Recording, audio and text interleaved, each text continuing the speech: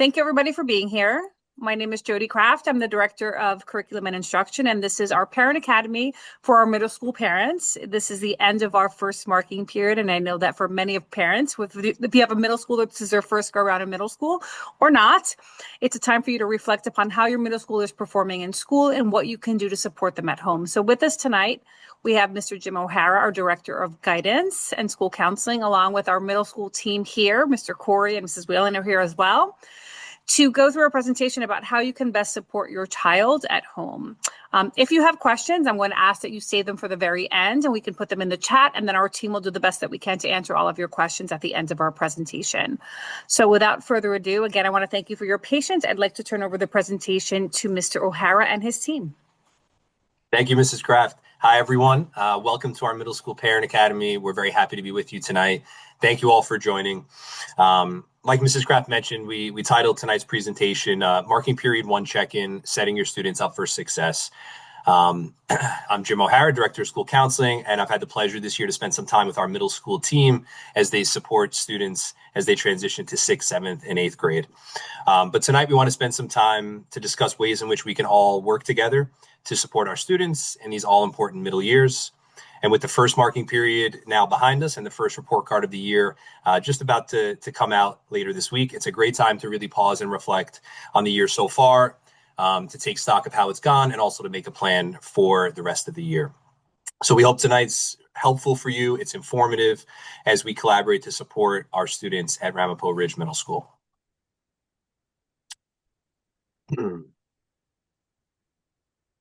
So just to go over our presenters tonight, some introductions. In addition to myself, we're really lucky tonight to have our knowledgeable school counselors from Ramapo Ridge presenting with us. Ms. Courtney DeLockery, who's our 6th grade counselor, Ms. Cassidy Sarker, who works with our 7th graders, and Ms. Mary Kate Coakley, who's our 8th grade counselor this year. And just to review our school counseling model, at the middle school level, each counselor is responsible for the entire grade level, focused on supporting all those students in that grade level each year. And you will meet and hear from each of our counselors this evening as we move throughout the presentation. So for tonight's program, we really split it into 3 different parts. So first, I'm going to go over just a brief school counseling introduction to kind of set the foundation. Then we'll talk about academics and supporting student learning. And then finally, we'll talk about navigating the social scene and talk about students and supporting them outside of the classroom as well. But just to go over our goal tonight really is simply to partner with parents to better understand and support their child's development in these middle school years. So it's about, again, information and talking about the different things that you're going to see as your child goes throughout middle school, but also ways in which we can collaborate and work together, which is really the point of our Parent Academy and tonight's presentation. So just briefly, I like to go over, since we are the school counselors, to really just talk a little bit about what school counseling is today, okay?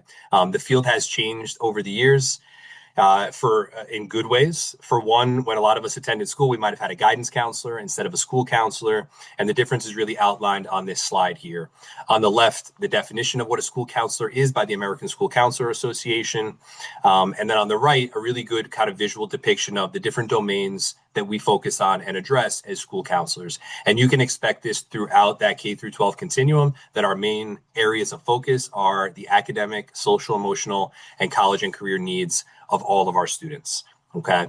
So I just like to kind of set that foundation in terms of what school counselor and school counseling is, because even some of my friends will say, like, well, what does a school counselor really do? What are you doing on a daily basis? We'll talk a little bit about that tonight, but these professionally are our 3 main areas of focus: academics, social, emotional, and college and career. And then talking about the different skills that we address, I like to take some time to talk a little bit about SEL competencies and what skills we support with our students. So what you see here are the SEL competencies adopted by the state of New Jersey, and they really give you a specific look at what we mean when we refer to the term SEL. You might have heard the term social emotional learning and SEL in the past and maybe thought about it as a vague term, or maybe heard about mindfulness or breathing exercises and calming in students. But really what I love about these SEL competencies in this image right here is that it gives you a real specific look into the exact skills we're talking about when it comes to SEL. So just in the way that we talk about our core classes in school, which a lot of us are familiar with, whether it's English, social studies, math, and science, here's also a really very specific look at the different SEL skills that we're looking to promote as a school and as a school counseling department. So we will refer to these as the presentation goes on because these are the skills that are really prominent, especially in the middle years. For instance, you can see here all 5 of those different SEL competencies, and we'll touch on those in some way as we go throughout the presentation. But anyone that's, as a parent or been in schools, that decision-making, relationship skills, self-awareness, self-management, and social awareness are the aspects that students are growing in outside of the classroom, and we want to support. So we'll refer to these as we go throughout the presentation tonight. And this image, again, just depicts everything we do in school counseling is based on the importance of that homeschool partnership. And that's a really important thing at Ramapo Ridge Middle School. And as you can see here, the student is in the driver's seat, but we all have to work together to really help them as they grow and deal with the ups and downs and challenges that they'll face throughout their school years and adolescence. And I also put in, the school motto this year for Ramapo Ridge, which I think sums up our message tonight, which is rise together, reach beyond, and supporting the student, as you can see here. So that just really lays the foundation of our lens of what we're looking through as school counselors as we work with your students. Next, we're going to move on to the academic portion.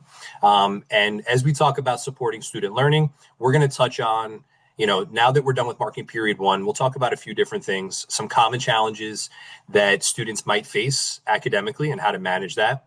And then what's really important, especially as parents here, is when to intervene and how, okay?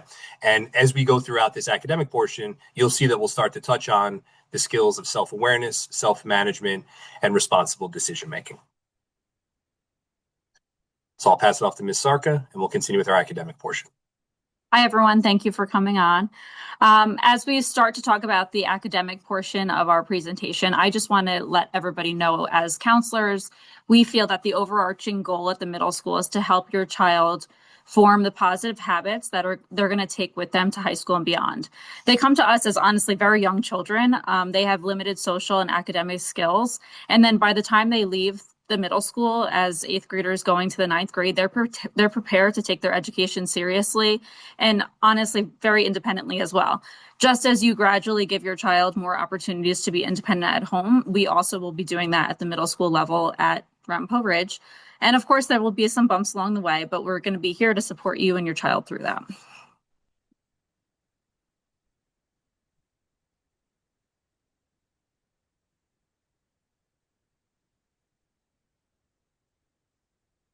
I think I'm next. Okay. Okay, so one of the most important skills that we really try and help our students develop to support their learning is self-advocacy. We really want students to recognize when they need help and feel comfortable reaching out, whether that's to their teacher, to us as counselors, a team leader, a supervisor, a case manager if they have them. Strong relationships are really key with this.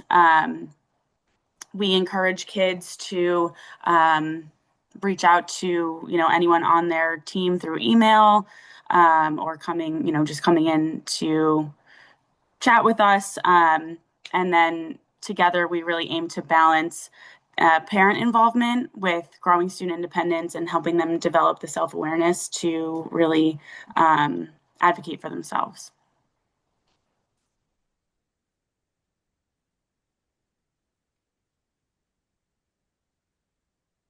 Another topic that we wanted to highlight tonight was the idea of resilience and how we can work together to build that within our students here at the Ridge. At school, we're focusing on encouraging independence, letting students take ownership of their work and learning through experience. It's not always about getting everything right the first time, but it's about what they learn along the way in that process. That's where the idea of failing forward kind of comes into play. We want students to understand that mistakes aren't setbacks and that mistakes aren't necessarily negative. They're opportunities for growth in our students. When we allow them to problem solve and reflect and try again in certain situations, they're able to build that confidence within themselves. And at home, you can support your child in this process of learning resilience within themselves by keeping things positive and focusing on your child's strengths, encouraging them to work through challenges, even when it's uncomfortable, because that's when you're going to see the most growth within your students. Another life skill that we hope your child will foster here is time management. Obviously, we want them to get into the habit of using some type of planner or calendar to help them keep track of their assignments and break long-term assignments into more manageable tasks. As they progress throughout middle school, they'll fall into a rhythm, but coming from JK to the middle school, most students are not used to having 8 different periods a day and having to manage 8 different course loads and homework. So that can be a challenge of the first marking period, especially for 6th graders. But then by the time they're in 8th grade, it just becomes second nature.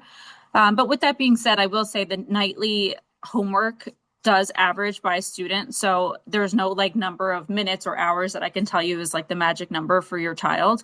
But I will say it shouldn't be, I have no homework every night, and it also shouldn't be countless hours. I think it's good for you to help your child set priorities and to build a routine as a parent. Like they should still be eating dinner with the family. They should still be involved in after school activities and spending time with, friends and family. But many students don't know how to build these routines alone. And before 6th grade, they're not used to having as much homework. So we want you to be able to spend time with your family and your child doing leisurely activities. And it should not just be a continuation of school after school. So if you find that this is the case, definitely reach out so we could help your child manage their time. It's really important to talk to your children about organization and how they're staying organized. Kind of piggybacking off of what Mrs. Sarkis said, especially with the 6th grade, it's a huge transition to come to have 8 different classes a day, and just figuring out how they're going to keep everything and remember deadlines and all of that. So it's really important that at home, you talk to them about what ways are working for them, helping them build routines, creating clutter-free spaces at home to do their homework. Like Mrs. Sarkis said, using a planner is a big one. Having separate morning and afternoon binders, and then frequent book bag cleanouts are all really good ways to help your students stay organized and good habits for them to get into.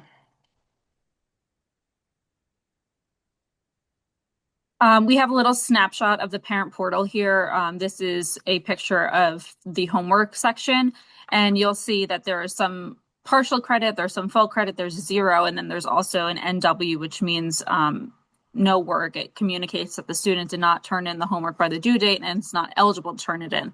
So there are several different codes that the teachers use, and it's helpful as a parent for you to know what those codes are. There is a code called O, which does not have a numerical value, and it means that your student can still turn in the assignment. There is a code called EXC, which means excused, and the student is approved to not turn it in, whether they were absent or sick or something like that. There's a code called missing, which communicates to the parent and the student that the assignment was not turned in and the points have been deducted, but they can still turn it in. But we don't want parents and students to be obsessing over the portal. Obviously, the portal cannot be 100% accurate because teachers do need time to grade. But it would be a good thing to build into your routine as a parent for you and your child to check the portal together, once or twice a week, just so that everybody's on the same page and the students do know that they're going to be held accountable at home as well as in school.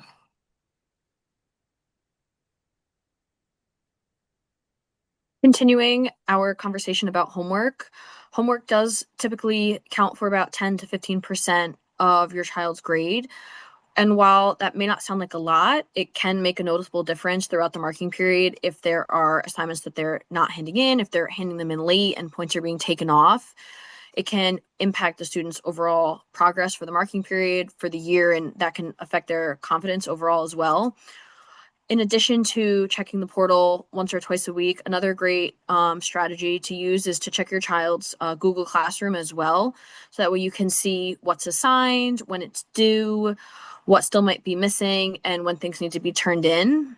Encouraging your child to use their daily planner as well that is issued by the school is a great organizational skill for them to use. They can keep track of when they need to study for assignments, when they need to turn things in, when they have projects coming up, if they want to chunk them throughout the time that it's assigned and when it's due.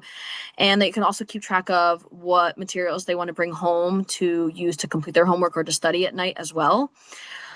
In addition to Google Classroom and the planner, we also have supports that we can put in place for the child. We have homework club, which is on Tuesdays and Thursdays until about 3:30, which is a great opportunity for your child to get work done with a friend or to receive some extra help. There's a teacher there on Tuesdays and Thursdays. We also have National Junior Honor Society peer-to-peer tutoring, which takes place in the mornings before school on Wednesday and Friday. So we have an after-school option, and we also have a morning school, before school option as well. And these are excellent opportunities if your student needs a little extra help or if they just need a little extra structure in their routine. And in addition to all of these great supports, just using little reminders like Post-it notes or putting digital reminders on your child's phone or watch or school laptop can help them build that independence and keeping track of when assignments are due as well.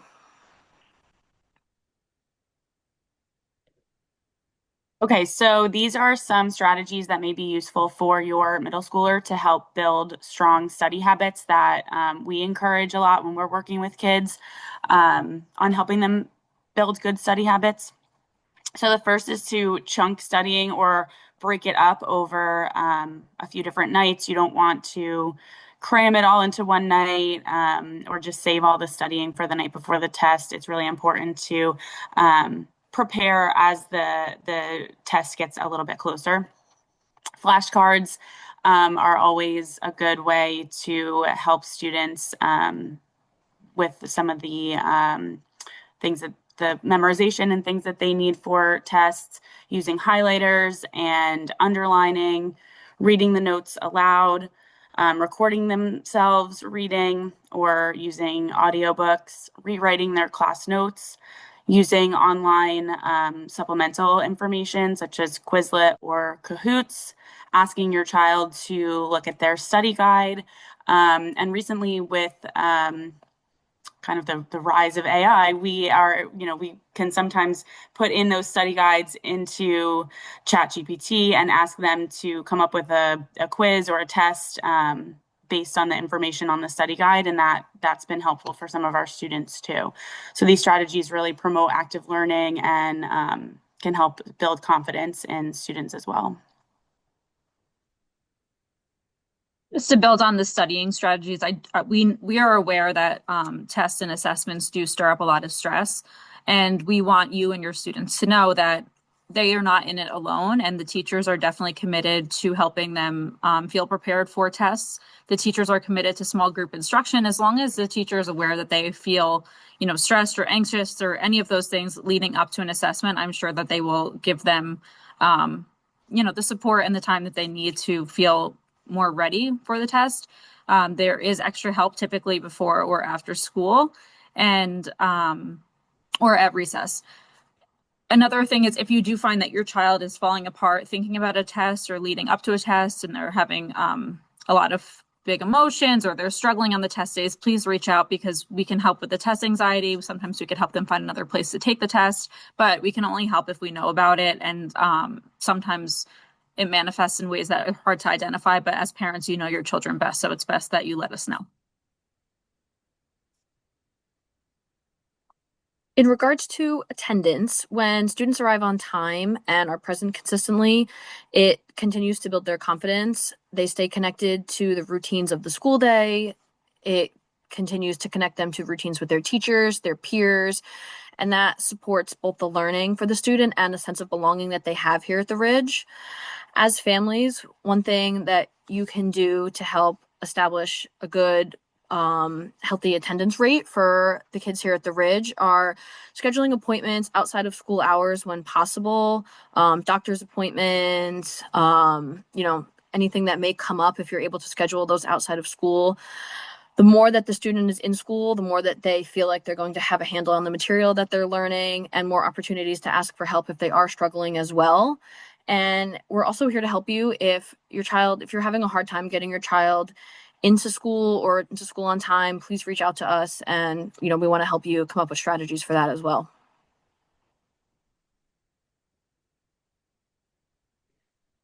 Okay, so we want to talk a little bit about the best person to contact in any of these situations. So if you have any academic or classroom concerns, the best place to start is with the classroom teacher. Next would be the content area supervisor for curriculum or instructional issues. If you are curious about your students' overall progress, you can reach out to their team leader, of course, us, or their case managers, if you have questions just about, how they're doing.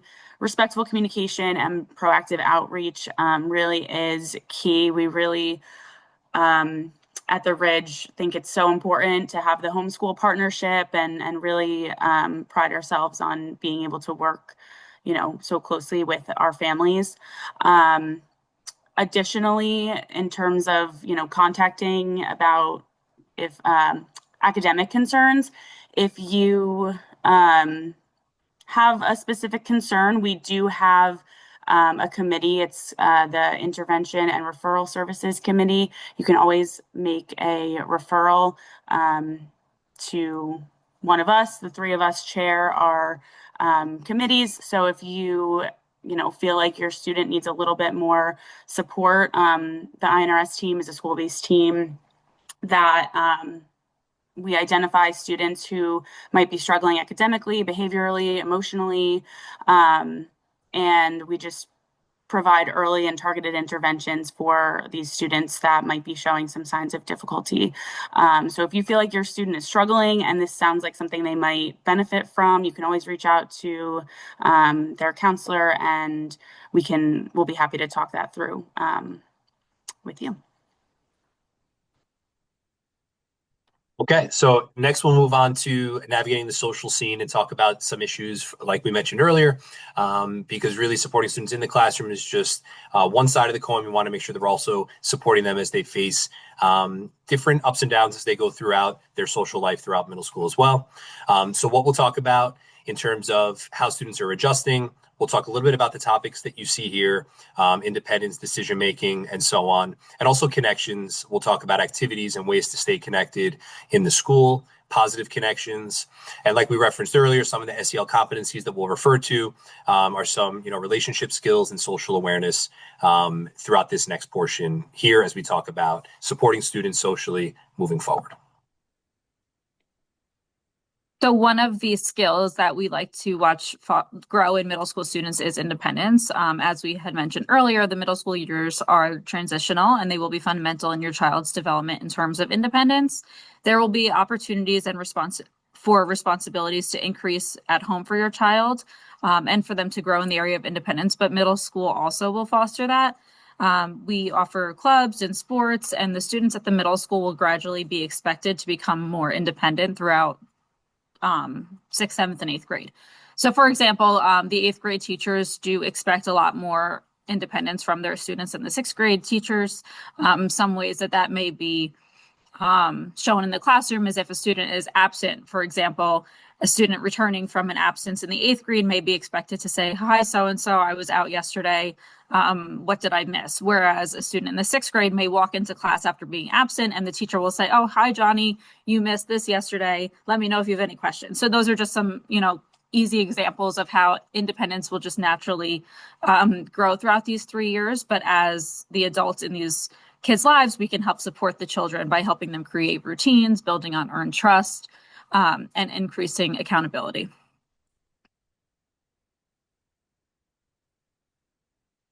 So we work really hard with all of our students on good decision making. We really try and guide them to become confident and responsible decision makers. And these are just some ways that you can help support that at home, providing guidance and facilitating brainstorming. So helping your child think through options and possible outcomes or potentially consequences of their decisions. Defining healthy and future supporting choices, talking with them about what decisions lead to positive goals and well-being, involving them in family decisions, so giving them a voice, which can help them build confidence and responsibility. Debriefing when necessary, so discussing what went well and talking about what could have been done differently. Supporting their decisions, and then planning follow through. So encouraging commitment and then helping them problem solve when challenges do arise, and then taking action steps towards the decision together. So helping them create small and achievable goals to help them move towards that decision.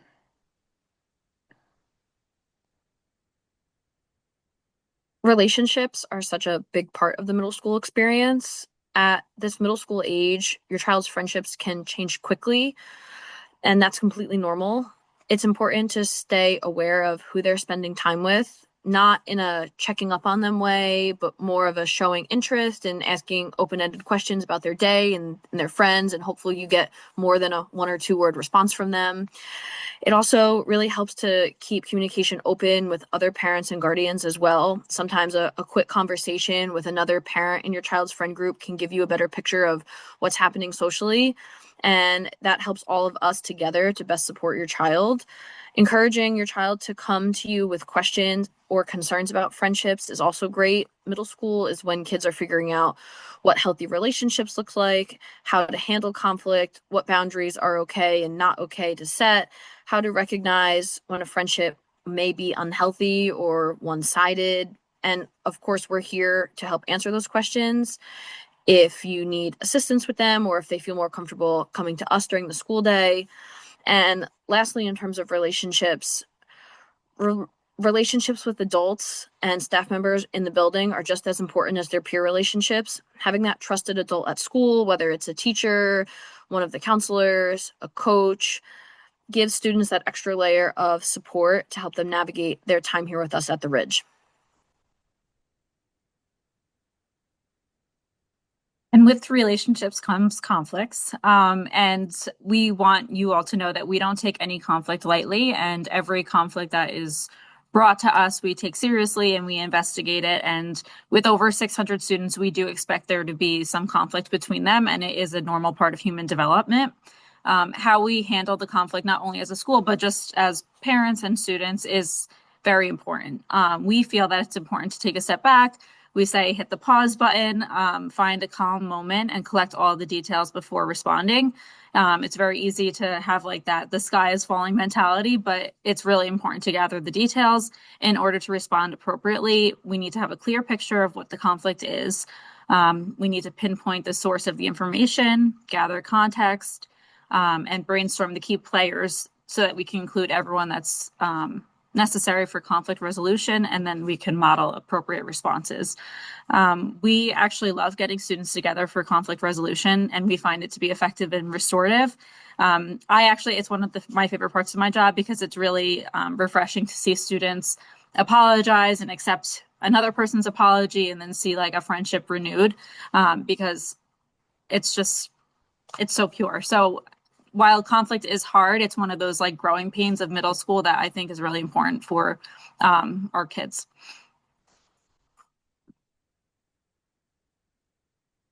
Okay, so sometimes we have a little bit more like specific conflict, and things can fall under HIB, harassment, intimidation, and bullying. So this is the New Jersey state definition of HIB. I'm not going to read it all because it's very lengthy and it's available on our website or online, but I will just kind of highlight that in order for something to be deemed an act of HIB, it needs to fit this criteria. It needs to be targeting a specific characteristic, and have substantial disruption. So if you have any questions about HIB, you're more than welcome to reach out to any of us. All three of us are Ramapo Ridge's anti-bullying specialists. So we conduct the harassment, intimidation, and bullying cases. But I did want to talk a little bit just about the process. So when a report is filed, it does begin a formal investigation involving all of the children named. However, not every conflict between students requires an HIB investigation. Like Mrs. Sarkis said, we take every conflict seriously and we look into every situation. It's just some situations require a little bit different of a process. So when in doubt, if you're not really sure, Or like I said, if you have questions, you can always reach out. Phone call is always the best way to reach us, and we're happy to talk through any of your concerns and just kind of figure out the best way to support your child.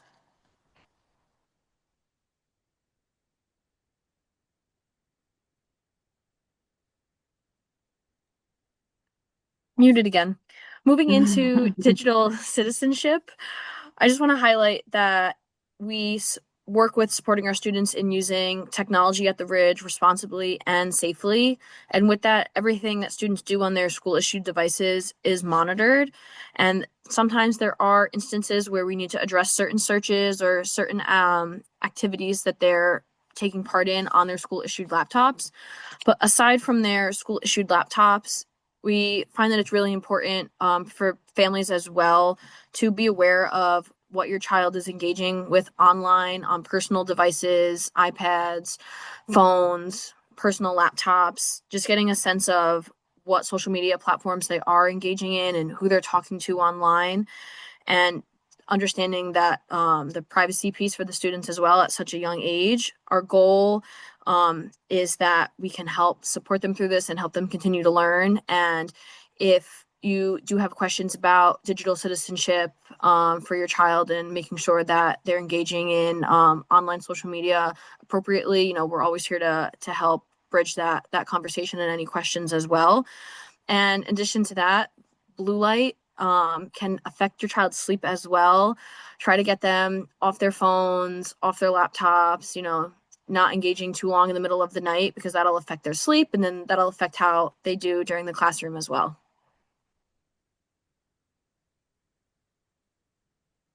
So as a parent, you know what your child is involved in, and we encourage you to take inventory of all that your child is involved in and assess whether it is positive or not. Also, with that being said, we want you to know that the school is full of positive opportunities, from clubs to sports to theater, music, so many opportunities for your child to get involved. Beyond school, we know that students are involved in activities such as going to Mo's, Scouts, travel teams, religious obligations, the digital world, etc. So when I name all of those things, I know some of them are positive things and some may be less positive, but a lot of kids are overbooked. So if we have some that are less positive, it's important to think about how kids are spending their time and make sure that they're learning how to effectively manage their time with positive connections and activities. And we are very proud to say that we had collected data last year to see how involved our students were in positive activities. And out of our 617 students at Ramapo Ridge last year, 412 of those students were involved in extracurricular activities at the Ridge. And we do have rolling enrollment in most of our clubs this year. So if you find that your student should be more involved in positive activities and could benefit from positive connections, then reach out and we could definitely help them get involved in something at the Ridge. Okay, and finally, just some resources. If we were in person, this would probably be a good handout that we could kind of send you home with. But just in summation, we talked about the academic life of the student, the social life, and I think it's such an important time in our students' lives in middle school to really model that whole philosophy of educating the whole child and valuing both of those aspects, both in the classroom and outside. So just a couple of points to leave you with. Just a reminder of, it's a collaborative support system. That's really our goal, to work together. And just to remind yourself, whether you're a new sixth grade parent or you've had students that have gone through the Ridge or middle school, that we have those grade level teams to support students both academically, socially, and emotionally, where they have team meetings to talk about interventions and communicate with families. And again, the role of that counselor and that homeschool relationship of making sure that we're connecting staff, families, and students for shared solutions in a spirit of working together. All right. So just that collaboration is a really important point that we want to leave you with. And it's such an important aspect to model as adults in our children's lives as they're kind of working their way across that bridge from childhood to young adulthood in adolescence. Okay. So to that point, supporting emotional wellness at home is something we think is really important, to discuss.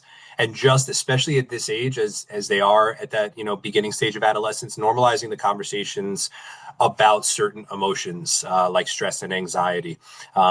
That it's important to talk about it, to acknowledge it, and then figuring out ways for each individual student to manage that best. And that's something even us as adults that we're probably all still working through. But it's a great aspect to model for students at this age so that they're doing that and carrying those skills with them as they go throughout middle school, high school, and beyond.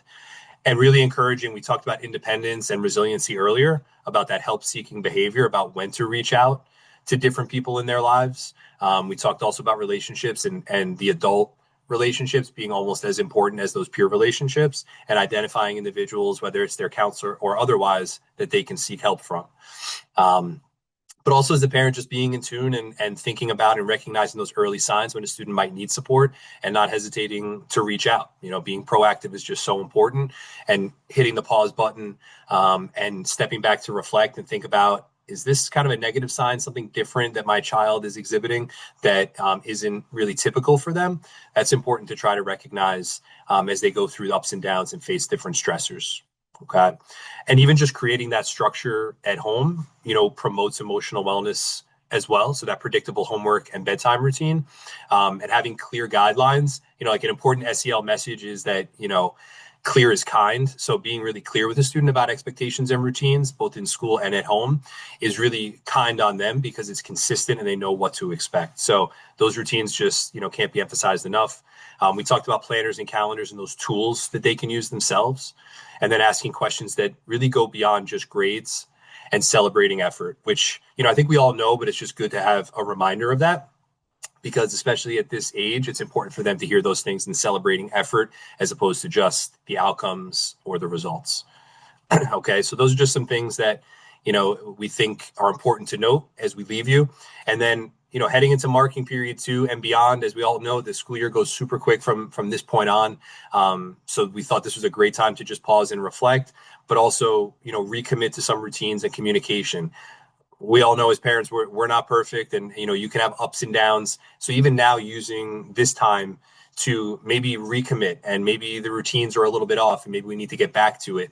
We just had a few days off last week, just regrouping, reflecting, and making a plan going forward is really important. Setting short-term goals. I always loved as a counselor that the year is split up into quarters, because you can kind of start fresh and create goals as a student for each of those quarters. So that's a great thing to promote as we go into marking period 2, and focusing on those short-term, because that's much more, easy to digest at their age, right? And then finally, we all should, and it's a good reminder, just model that those qualities we want to see them grow into, which is perseverance, optimism, and that growth mindset.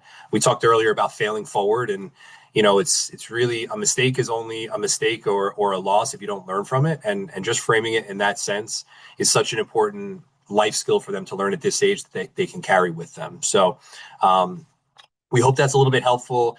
This, like I said, this would probably be a handout if we were in person that we would give you, but it will be posted. The recording will be posted on the website, and we can post the presentation as well.